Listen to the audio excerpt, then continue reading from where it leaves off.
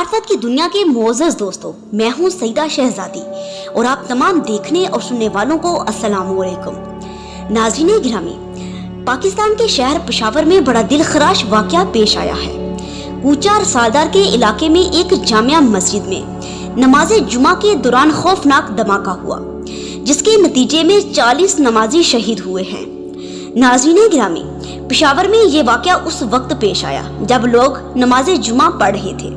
یاد رکھیے کہ یہ اہل تشیع کی جامعہ مسجد ہے اور اس کے ساتھ ہی اہل تشیع کا ایک بہت بڑا امام بارگاہ ہے۔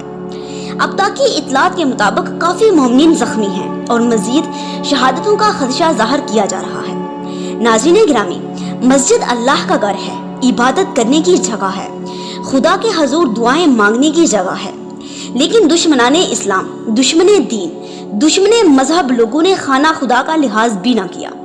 ان لوگوں کا کسی بھی دین اسلام سے کوئی تعلق نہیں ہے اور نہ ہی یہ مسلمان ہو سکتے ہیں۔